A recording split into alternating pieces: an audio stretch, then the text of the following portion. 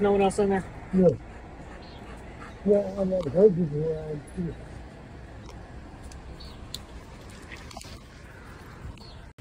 Police department with K9! Next up, notice in my dog, you will be bid.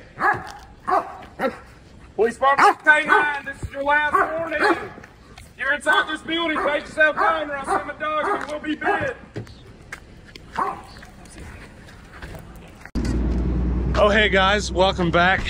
I'm just gonna go ahead and say it. Some terrible stuff happened at the shop and I've been struggling with whether or not to tell you guys. I'm filming this, so I guess I am, but I have an announcement to make, so I figured I'd go ahead and make the announcement, tell you guys what happened, show you some other stuff, and we'll just put all this nonsense in one video and get it behind us. But announcement, your boy is gonna be at the Game Central Station Game Swap down in Winder, Georgia.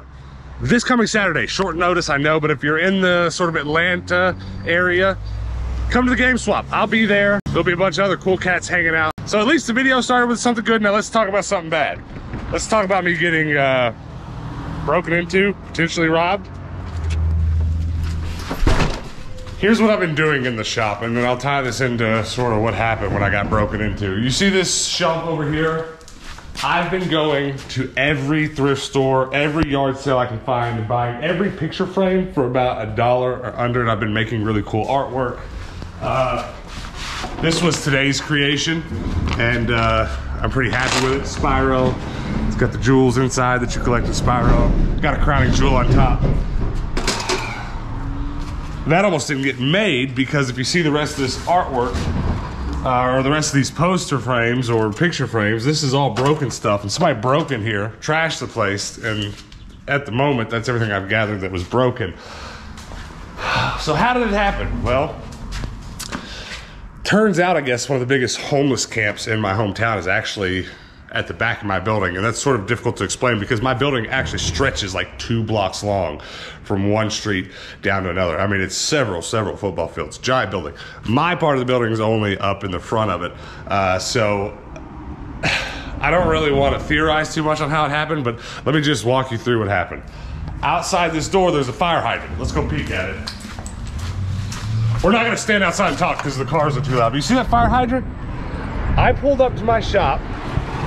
When I got to my shop, I got out of my car, and well, the first thing I noticed was actually out of my bus, and then it was my fire hydrant. Let me just take the camera real quick, I'll show you. There were bits of clothing hanging all over my bus, and some of it's actually still there. I haven't thrown it away. See these underwear? These underwear are not mine, okay? There's pants over there, again, not mine. But when I pulled up to the shop on this night, there were bits of clothing on the front of the bus. All of it was somebody else's except for one shirt that was mine. There was a Harley Davidson shirt hanging right here. I said to myself, well, dang.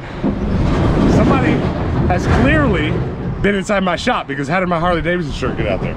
And then I walked around the corner, right, parked right here, walked around the corner, and this is when I knew for sure somebody had been in the shop. A whole bunch of my toys and a whole bunch of my artwork was sitting around the fire hydrant. Now when I get towards the end of this story, the fire hydrant's gonna be really important. But see the fire hydrant? There were artwork leaning up against it, and then my stuffed animal Hedwig was over here on this window. And I don't know why, but I walked around and I was like, okay, this looks like a prank, right? At this point, nothing's destroyed. But then I walk into the shop, and yes, it's a mess right now. You can see all this stuff, but it was about 10 times worse. I'm usually leaving a mess here at the end of a long day of working on stuff, but just stuff was just completely torn through. I had some of my loose artwork. God, I don't even want to show you this room. When I tell you this room was spotless a couple days ago, I mean, it was spotless. There was nothing in here but this table, and it was clean. See all this artwork? This is just where I've gathered it back up because it was just tossed around, spread out. It was on top of my other tables out here. I have a giant collection of artwork that I've been framing. That's what I'm trying to tell you about here. I've got a lot of content coming up where I'm shopping, thrifting for these materials and stuff. But I get here and my artwork's everywhere. Lots of my picture frames are broken. And I just can't understand what's going on. I'm standing here, there's not seemingly anyone here. And then I notice this. I haven't taken it down yet because I wanted to show you guys. This is my absolute favorite suit coat, and I've shown it to you. I mean, I'm not showing it to you. I think you guys probably watched the video where I bought it a year or so ago. It's been screwed into the wall, and that's the moment I went, somebody's in there, they're blocking the light. I swear to you, I opened this up, and I'm tall enough. I made eye contact with the guy laying right over there in the corner where he's made his bed. And I said, hey, you gotta get out of here. And then his response, I can only really classify as psychobabble. He said some crazy stuff that was almost illegible, and I instantly thought, well, you have two choices: go drag him out of there or call the cops. And I did turn the doorknob, it was locked, and I was like, okay. I went outside, I called the cops. And I'll be honest with you, the cops took probably 30 minutes to get here. I didn't call and make a fuss about it being any sort of crazy emergency, but I was like, there's someone in my shop, and then of course they're quizzing me, hey, you know, are they allowed to be there? And I'm like, well, no, they're definitely not allowed to be there. Cops show up, and you saw the footage at the beginning of this. They threatened to send the dogs after him. The guy walks out with his hands up or whatever. Cops have their, I believe, their tasers out. I'm not exactly sure, but they have weapons drawn. And when the guy walks out of this room over here, I swear to you, the cops and everything just go, damn it, Kevin. They knew who he was. So that opens up a whole other can of worms that we're really not gonna dig into. But that was sort of the first hint that I got that, like, this guy's pretty well known around town that's broke into my shop and been camping out. I had been away at a wedding for a couple of days, and I have people that keep an eye on the shop at me. I have other security measures, but this guy was able to, despite that, get into my shop for about a day and a half or so, according to most reports. He was here for overnight, maybe twice. Oh, and so the cops show up. They say, oh my God, Kevin, what are you doing, man? They sort of gently haul him out to the car and lock him up. And the cops are pretty cool. They're making sure the guy sort of gets his stuff. They go back in and find his boots and stuff. And they asked me, do you want to press charges, or do you just want us to haul him in? Is anything broken? I was like, you know, a couple thrifted picture frames and a leg on one of my chairs is broken, and that's all I can tell. I'm not really sure if anything's missing, but it doesn't look like it because, and this is where we can sort of get into what he did do. So lots of strange stuff. Obviously, or maybe not obvious to you yet, we're gonna get to it. This guy was very unwell, mentally speaking. So these are my bags. He had packed up a bunch of my bags with my suit coats, and to be honest with you, this happened several days ago, and I've sort of left most of the stuff untouched because I didn't know whether or not I was going to get it on video, but we're going to talk about it. So, you know, I'm still missing a couple things. Like, there's scissors. I've been missing some scissors I know I didn't misplace. And because of, you can see how much stuff was rifled through, he had boxed up a bunch of my stuff, and I don't know if I caught him in time and he was planning on taking it, but I have a box full of jewelry and coins outside, and a bunch of stuff of it's just strewn all over the shop.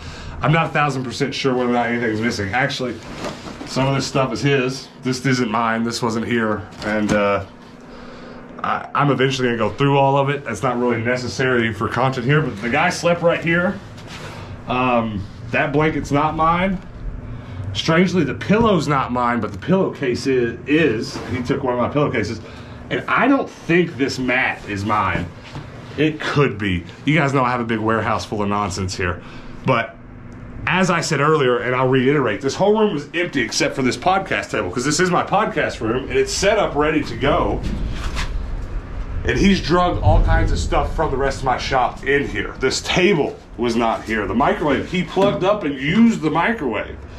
I don't know if he tried to get the TV on here or not, but as strange as it is, that table, I lied to you, this table was actually in here, but it was over here in this corner, and all of my camera gear here was nicely organized on it, and he actually sort of reasonably put that stuff away, which is strange that he took care of the expensive camera equipment, but then, like, we'll go out here to the toys.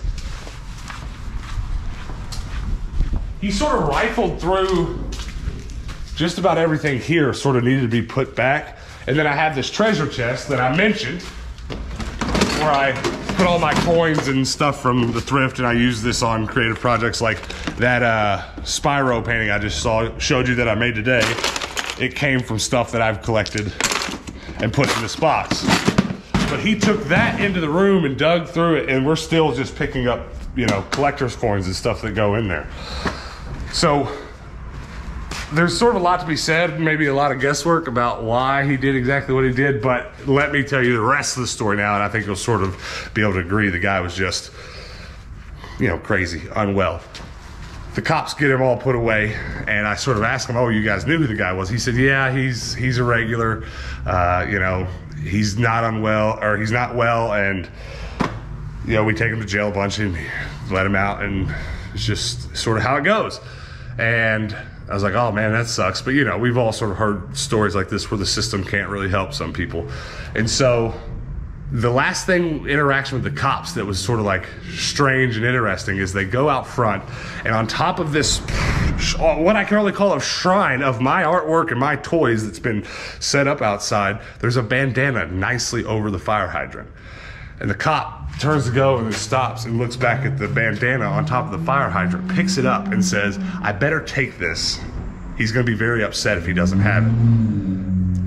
And I sort of don't think too much about it at the time, and I just sort of write it off and think, well, he just, you know, he knows what he's talking about. This guy's unwell, I guess he loves his bandana. And then I sort of just go sit down at my workbench over here and try to decompress, because, you know, you're obviously gonna feel violated at this point. It's sort of hard to decide how to feel. So I come over here and sit down, and I start texting a buddy of mine, the buddy which usually keeps an eye on things for me, just to ask him when he'd been by last. To be very clear, this is nobody's fault. This is, you know, you have commercial space, you're gonna get broken into eventually. All you can do is up your security and, you know, et cetera, et cetera. But I text this buddy and say, hey, homeless guy busted in this place, been camping for a couple of days. And I put like, ... crazy guy, thinks he's Jesus. Because the cops had said that to me. I was sort of holding that to this part of the story because that's all I told this friend. Guy's broken my shop, the guy thinks he's Jesus. And the guy replied, ... Kevin, ? And I'm like, immediately, like, how does this random friend of mine also know who this homeless guy is? And my buddy replied, yeah, I know who that is. We call him Bandana Jesus. And again, it clicks with the cops, the bandana. Turns out, and this is so strange, I've had 4 or 5 other conversations with people via text and in person who have all texted me or shown me pictures of this guy that they've sort of captured around town. Basically, it's a guy that goes around my hometown with a bandana around, like tucked in the back of his shirt like it's a cape, telling everyone he's Jesus. Matter of fact, National Day of Prayer just happened a couple weeks ago, and I was told the guy was arrested at that event for disturbing the peace. He was upset at that event because they were praying to God and not him physically there. That he wanted everyone there to actually physically worship him, and he was upset and had to be arrested when that couldn't happen.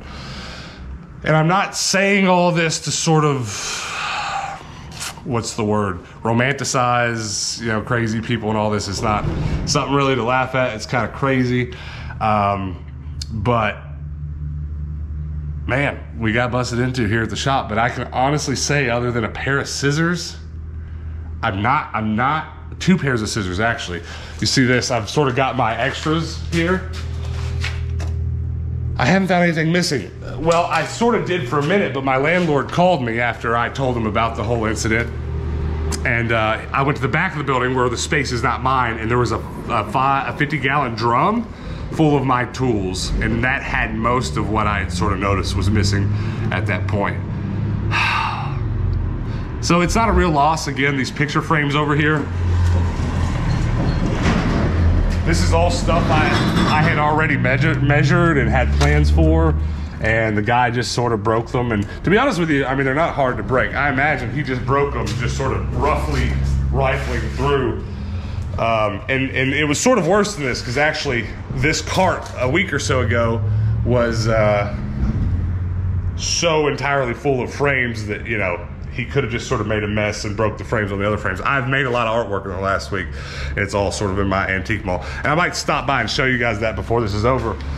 But I just want to talk about what's going on, and it's sort of a difficult decision as to whether or not to put this sort of thing on video, because on one hand, it feels a little bit like, well, you're just capitalizing on it, but the real goal for me inside my head on this channel for such a long time has just been more about this space than it has been the thrifting or the making or the reselling.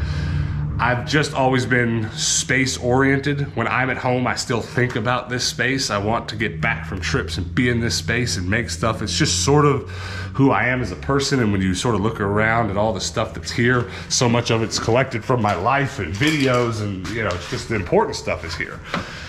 So I guess this could be a conversation about protecting what's important to you, but even that's sort of difficult, right? Because I'm not about to just sit here and explain to you guys the, what would you say, the state of my security systems and stuff like that. There are security systems implemented here, but you know, the best security system in the world, people are gonna still hit and run sometimes. You know, it's an upsetting thing. So I just wanted to give you guys basically this update, say we have weathered our, let's just say our first hardship here in the workshop after a year and a half of having it. I think, gosh, yeah, it's a year and a half. It'll be 2 years, I think, in like towards the end of the year. And I'm actually, strangely, now that a couple days have passed after sitting around and being sort of upset and feeling violated, I'm actually in a pretty happy place, because it almost feels like we got it out of the way. I'm sort of now encouraged to up the security system. And, you know, and there are, one of the things that I do is definitely lock the most valuable stuff away behind multiple locks and doors and stuff like that, and I'm happy to say that worked. This guy was not able to access anything that is like impossible to lose, you know, because those things do exist. But still, just the rest of this place, you know, the security is going to be beefed, and we're going to keep working and keep making stuff. So comment below if you have any experiences like this, whether it be people being unwell enough to think that they're Jesus. I'd love to hear, I guess, stories like that. Hopefully they didn't rob you, but I'm sure we all have run-ins like that, especially some of you in bigger cities, which is sort of an important note. I'm sort of used to that kind of stuff in the bigger cities, Phoenix and LA, where I've lived before coming back home. Not really what I expected to deal with here. But that brings up another sort of important point that I don't really want to dig into, because it could get a little bit close to politics, but man, the amount of time I spend sort of entertaining people that are excited to hear about my adventures and travels and all this crazy YouTube stuff I've been doing for years. And then California or some of these bigger cities get brought up, and they're like, oh, how could you live there? It's so dangerous. There's this idea that LA is dangerous. And of course, there's some truth to it, but it's never quite as bad as what maybe the media or what the narrative as it is wants us to believe. I've come way closer to feeling in danger and to feeling such violations at home here in small town Kentucky 10-fold times more than I ever did living in LA and those other bigger cities. And that's just a reality. I'm not going to sit here and try to explain that to you. But if you want to factor into your thinking big city life, little city life, it's all relative. And sometimes, I hate to say it because I don't believe in luck, but it comes down to luck a little bit also, you know. So, but if you want to know a real world experience, I never felt anywhere as unsafe as I do from time to time here in this little town. But I think that's probably just how it's going to be, and I'm just gonna have to work harder to take care of things. But nothing important is gone. Imagine what would have happened if old Tendo Puppet was just gone or something and we never had him back. That would be tragic. But maybe I'll have to update you guys at some point. Maybe I'll just notice some other random thing is gone. But that's going to be it about getting robbed. Comment below, you know, how do you feel about it? How do you feel about your favorite YouTuber being violated? Now you stay right here. We're going to run to my antique mall and sort of finish up the day's work that we started. And then I don't know what's after that, because all I can really think about now is getting this room finally cleaned up, because sort of the nastiness of being violated is still looming when your favorite sports jacket is covering somebody's hidey hole and where they was sleeping is still there. So we're gonna clean out this room and then go to the antique mall. So guess what? I'm back in the antique mall business again. If you're new-ish to the channel, you might not know this, but we have a long storied history of doing antique mall related selling on this channel. And I've been working on an idea for a long time to get back into doing antique malls, but tweaking how I used to do it in a way where I don't want to say make it easier, but let's say where I can maximize my effort and time spent for the payout I'm gonna get. The way that we used to do antique malls and shelves full of toys is very difficult to sort of always go to said antique malls, clean them up, etc., etc. So I'm tacking this little bit of this onto the end of the video about getting robbed and stuff, just because it's really everything that's going on in my life right now centers around that workshop, making artwork, making the custom clocks that you guys are used to on this channel, all that stuff. And if you've been watching the shorts on this channel, you'll know we've been making lots of custom stuff and things like that for our antique mall and really enjoying it. You know, that's where the spiral stuff comes from, and we're gonna hang this in our antique mall now. I'm not gonna get much further into it. Just wanted to softly say we're sort of going back in that direction again on this channel. You guys are coming along with me. It's a partnership. It's gonna be a ride. It's gonna be cool. And I will obviously at some point sort of update you guys on how this newer version of antique mall reselling is going. Also, you know, if you happen to see anything hanging around that you like, you know, send me a DM somewhere. We can talk about it. This is probably one of my best-selling pieces right here. The graffiti Ninja Turtle frame. Very happy with that bad boy. And we're going to be making a lot more stuff like that in the near future. Right now I need to get this stuff on the wall because look at that Spyro right there. Somebody's going to want that. Somebody's going to want it.